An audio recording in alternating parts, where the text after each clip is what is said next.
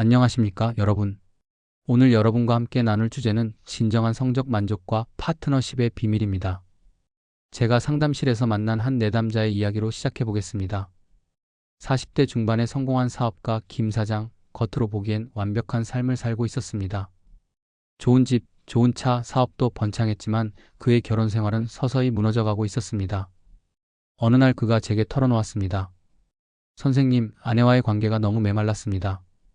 솔직히 외도를 생각한 적도 있습니다. 그의 고백은 많은 분들이 감추고 있는 현실을 드러냈습니다. 오늘은 이런 위기에 처한 관계를 어떻게 회복할 수 있는지, 진정한 파트너십이란 무엇인지 깊이 들여다보겠습니다.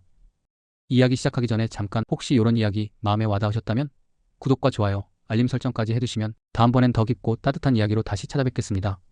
자, 그럼 오늘의 이야기 시작합니다. 흔히들 명기라는 단어를 들으면 뭔가 특별한 기술이나 테크닉을 생각하시는 분들이 많습니다. 그러나 오늘 제가 말씀드릴 내용은 그런 통념을 완전히 뒤집을 것입니다. 여러분의 관계를 근본적으로 변화시킬 수 있는 진실을 공유하고자 합니다. 먼저 세상에 널리 퍼진 오해부터 바로잡아야겠습니다. 명기가 무엇이라고 생각하십니까? 특별한 테크닉을 가진 여성? 남성을 빨리 만족시키는 여성? 이런 생각들이 바로 우리 사회에 만연한 가장 큰 오해입니다. 진정한 명기란 자신의 성적 쾌감을 주체적으로 느끼고 표현할 줄 아는 여성입니다. 그리고 이것이 왜 중요한지, 여러분의 파트너십에 어떤 변화를 가져올 수 있는지 함께 알아보겠습니다. 제가 상담을 진행했던 김 사장의 경우, 그는 아내와의 관계가 단조롭고 의무적으로 변했다고 했습니다. 아내는 항상 수동적이고 마치 나를 위해 의무적으로 응해주는 느낌입니다. 이런 상황은 많은 부부들이 겪는 문제입니다. 하지만 이는 근본적인 오해에서 비롯됩니다. 많은 남성들이 자신의 파트너가 자신을 빨리 만족시켜주길 원한다고 생각합니다. 그러나 이는 사실과 거리가 멉니다. 대부분의 남성들은 자신의 파트너가 진정으로 성적 쾌감을 느끼는 모습을 보고 싶어 합니다. 김 사장에게 물었습니다. 당신의 아내가 정말 만족스러운 표정으로 당신과의 시간을 즐기는 모습을 본 적이 있습니까? 그는 잠시 생각하더니 고개를 젓더군요. 여기서 중요한 개념이 나옵니다. 진정한 성적 만족은 상대방을 만족시키는 것에 있지 않습니다. 오히려 자신의 쾌감을 자유롭게 표현하고 경험하는 것에 있습니다. 마치 코미디 쇼를 보러 갔을 때 누군가 당신을 웃게 만들어주길 기다리는 것이 아니라 스스로 그 코미디를 즐기고 웃음을 터뜨리는 것과 같습니다. 테크닉에 집착하는 것은 마치 골프를 배우는 초보자가 화려한 스윙에만 신경 쓰는 것과 같습니다. 진짜 고수는 간결하고 효율적인 동작으로 더 좋은 결과를 만들어냅니다. 김 사장처럼 많은 분들이 특별한 테크닉이나 자세가 문제를 해결할 거라 생각하지만 그것은 본질을 놓치는 접근법입니다. 저는 김 사장에게 이렇게 말했습니다. 당신의 아내가 성적 쾌감을 주체적으로 느끼고 표현할 수 있도록 환경을 만들어주는 것이 중요합니다. 이것은 테크닉의 문제가 아니라 심리적, 정서적 안정감과 신뢰의 문제입니다. 그렇다면 어떻게 해야 할까요? 진정한 성적 만족을 위한 4가지 핵심 요소를 살펴보겠습니다. 첫째, 심리적 거부감을 없애는 것입니다. 많은 사람들이 쾌락을 느끼는 것에 대한 죄책감이나 불안감을 가지고 있습니다. 김 사장의 아내 역시 그랬습니다. 그녀는 카톨릭 집안에서 자라며 성에 대한 엄격한 교육을 받았고 그로 인해 자신의 쾌감을 억압하는 경향이 있었습니다. 이런 심리적 장벽을 허무는 것이 첫 번째 단계입니다. 제가 한 번은 이런 비유를 들려준 적이 있습니다.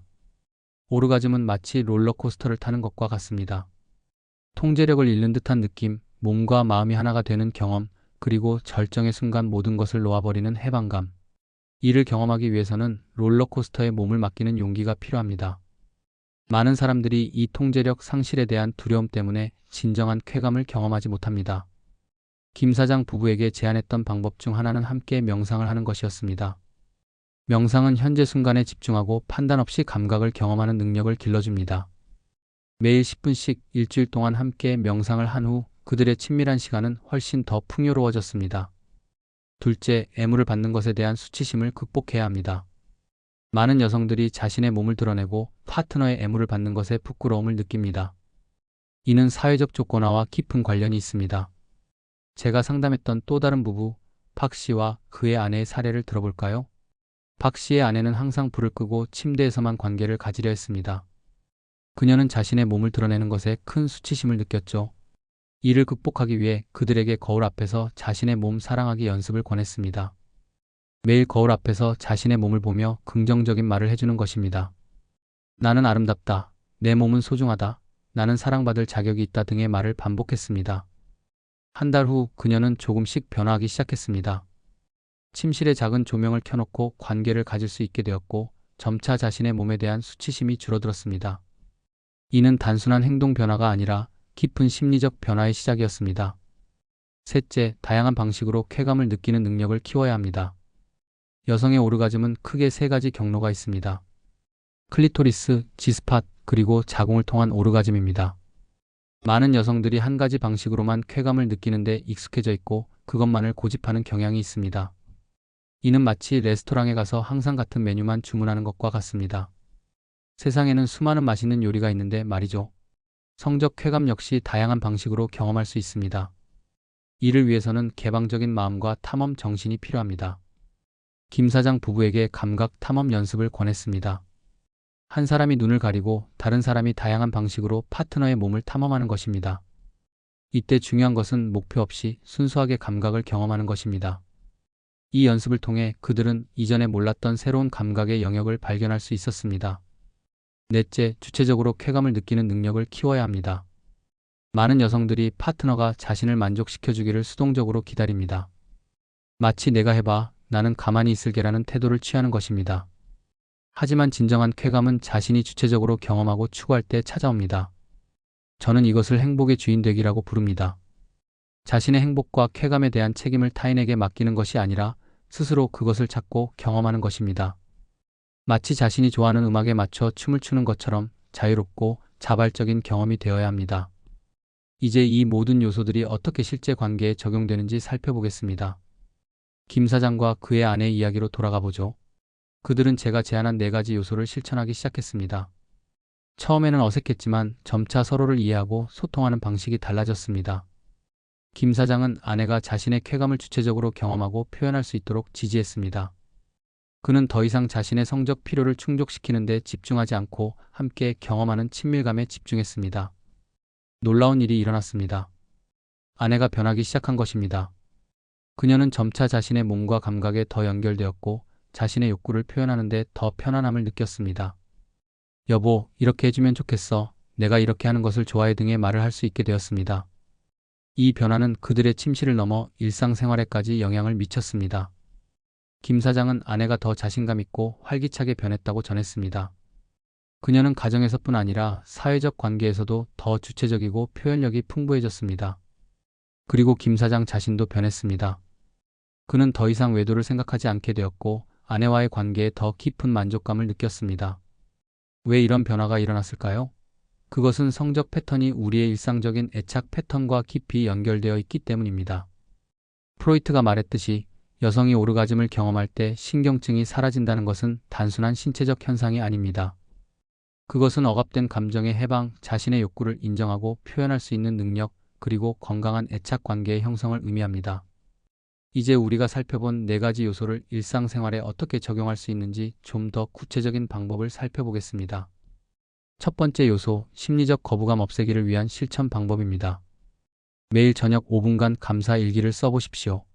그날 경험한 육체적 쾌감에 대해 감사하는 내용을 적는 것입니다. 맛있는 음식을 먹었을 때의 기쁨, 따뜻한 물로 샤워할 때의 편안함, 햇빛이 피부에 닿았을 때의 따스함 등 일상의 작은 쾌감에 주목하고 그것을 소중히 여기는 습관을 기르는 것입니다. 두 번째 요소, 애무받는 것에 대한 수치심 극복을 위해서는 점진적 노출 요법이 효과적입니다. 처음에는 희미한 조명 아래서 시작하여 점차 밝은 빛 아래에서 자신의 몸을 드러내는 연습을 하는 것입니다. 이는 심리학에서 공포증 치료에 사용하는 방법과 유사합니다. 천천히 자신이 감당할 수 있는 속도로 진행하는 것이 중요합니다. 세 번째 요소, 다양한 방식으로 쾌감 느끼기를 위해서는 21일 감각 도전을 시도해 보십시오. 21일 동안 매일 다른 방식으로 감각을 자극하는 것입니다. 다른 자세, 다른 장소, 다른 시간, 다른 방식의 터치 등을 시도해 보는 것입니다. 이를 통해 자신의 몸이 어떻게 반응하는지 탐험하고 새로운 쾌감의 경로를 발견할 수 있습니다. 네 번째 요소, 주체적으로 쾌감 느끼기를 위해서는 자기주도 명상을 추천합니다. 이는 자신의 몸과 감각에 집중하는 명상으로 외부의 자극이 없더라도 자신의 내면에서 쾌감을 찾고 경험하는 능력을 키워줍니다. 이런 연습은 성적 맥락을 넘어 일상생활에서의 행복과 만족감을 높이는 데도 도움이 됩니다. 이제 흥미로운 사례를 하나 더 들어보겠습니다. 45세의 정 씨 부부의 이야기입니다. 그들은 20년간의 결혼 생활 동안 점차 서로에게 흥미를 잃어갔습니다. 특히 정 씨는 아내가 너무 수동적이라고 느꼈고 그것이 불만이었습니다. 상담 과정에서 알게 된 것은 정 씨의 아내가 이전 관계에서 상처를 받은 경험이 있다는 것이었습니다. 그로 인해 그녀는 자신의 욕구를 표현하는 것에 두려움을 느꼈고 수동적인 태도를 취하게 되었습니다. 이를 극복하기 위해 그들은 안전한 공간 만들기 연습을 시작했습니다. 매주 금요일 저녁 그들은 판단 없는 대화의 시간을 가졌습니다. 이 시간 동안 서로의 말을 중단하지 않고 비판 없이 듣는 연습을 했습니다. 처음에는 일상적인 주제로 시작하여 점차 더 개인적이고 깊은 이야기로 나아갔습니다. 이 연습을 통해 정 씨의 아내는 자신의 감정과 욕구를 안전하게 표현할 수 있는 환경을 경험했고 이는 그들의 친밀한 관계에까지 영향을 미쳤습니다. 6개월 후 그들의 관계는 크게 변화했습니다. 정 씨의 아내는 더 이상 수동적이지 않았고 자신의 욕구와 쾌감을 적극적으로 추구하고 표현할 수 있게 되었습니다. 정 씨는 이렇게 말했습니다. 마치 새로운 사람과 결혼한 것 같습니다. 20년 전 처음 만났을 때의 그 설렘이 다시 돌아왔습니다. 이처럼 진정한 성적 만족과 파트너십은 테크닉이나 외적인 요소가 아니라 심리적 안정감, 자기 표현, 그리고 주체적 경험에서 비롯됩니다. 여기서 한 가지 중요한 점을 짚고 넘어가야 합니다. 많은 분들이 조임에 대해 오해하고 계신데요. 이는 매우 잘못된 개념입니다. 여성이 오르가즘을 경험할 때 자연스럽게 질 내부의 혈류가 증가하고 해면체가 부풀어 오릅니다. 이는 인위적으로 근육을 조이는 것과는 완전히 다른 생리적 현상입니다.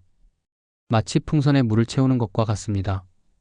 빈 풍선은 구겨져 있지만 물이 채워지면 팽팽해지고 형태가 생깁니다. 여성의 성기도 마찬가지입니다. 오르가즘을 경험할 때 혈류가 증가하면서 내부 조직이 부풀어 오르고 이것이 남성에게는 더 풍부하고 만족스러운 감각을 제공합니다. 따라서 인위적인 조임에 집착하기보다는 자연스럽게 오르가즘을 경험할 수 있는 환경과 마음가짐을 만드는 것이 중요합니다. 이는 케겔 운동보다 훨씬 중요하고 근본적인 접근법입니다. 이제 우리가 논의한 내용을 실생활에 적용할 때 마주할 수 있는 몇 가지 장애물과 그 극복 방법에 대해 이야기해 보겠습니다. 첫 번째 장애물은 시간 부족입니다. 현대인들은 너무 바쁘게 살아갑니다. 1. 자녀 양육, 가사 등으로 인해 파트너와의 친밀한 시간을 갖기 어려운 경우가 많습니다. 그러나 중요한 것은 양이 아니라 질입니다. 일주일에 단 30분이라도 온전히 서로에게 집중하는 시간을 정해보십시오. 이 시간 동안은 휴대폰을 끄고 TV를 끄고 오직 서로에게만 집중하는 것입니다. 두 번째 장애물은 소통의 부재입니다. 많은 부부들이 자신의 욕구와 선호도를 파트너에게 명확히 전달하지 못합니다. 특히 성적인 주제는 더욱 그렇습니다. 이를 위한 좋은 방법은 나 메시지를 사용하는 것입니다. 당신은 항상 이렇게 해서 문제야 라고 말하는 대신 내가 이렇게 될 때 더 편안함을 느껴라고 표현하는 것입니다. 세 번째 장애물은 과거의 상처입니다.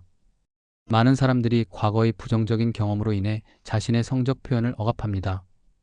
이런 경우 전문가의 도움을 받는 것도 좋은 방법입니다. 성상담사나 심리상담사와의 상담을 통해 과거의 상처를 치유하고 건강한 관계를 형성할 수 있는 기반을 마련할 수 있습니다. 마지막으로 가장 중요한 것은 지속적인 노력과 인내입니다. 관계의 변화는 하루아침에 일어나지 않습니다. 그것은 마치 정원을 가꾸는 것과 같습니다. 매일 조금씩 물을 주고 잡초를 뽑고 햇빛을 받게 해주면 시간이 지남에 따라 아름다운 정원이 만들어집니다. 여러분의 관계도 마찬가지입니다. 지금까지 우리는 진정한 성적 만족과 파트너십의 비밀에 대해 이야기해왔습니다. 이는 테크닉이나 외적인 요소가 아니라 심리적 안정감, 자기 표현, 그리고 주체적 경험에서 비롯됩니다. 여성이 자신의 오르가즘을 주체적으로 경험하고 표현할 수 있을 때 그것이 바로 진정한 명기의 상태이며 이는 관계 전체의 질을 향상시킵니다. 여러분의 관계가 더욱 풍요롭고 만족스러워지기를 진심으로 바랍니다. 감사합니다.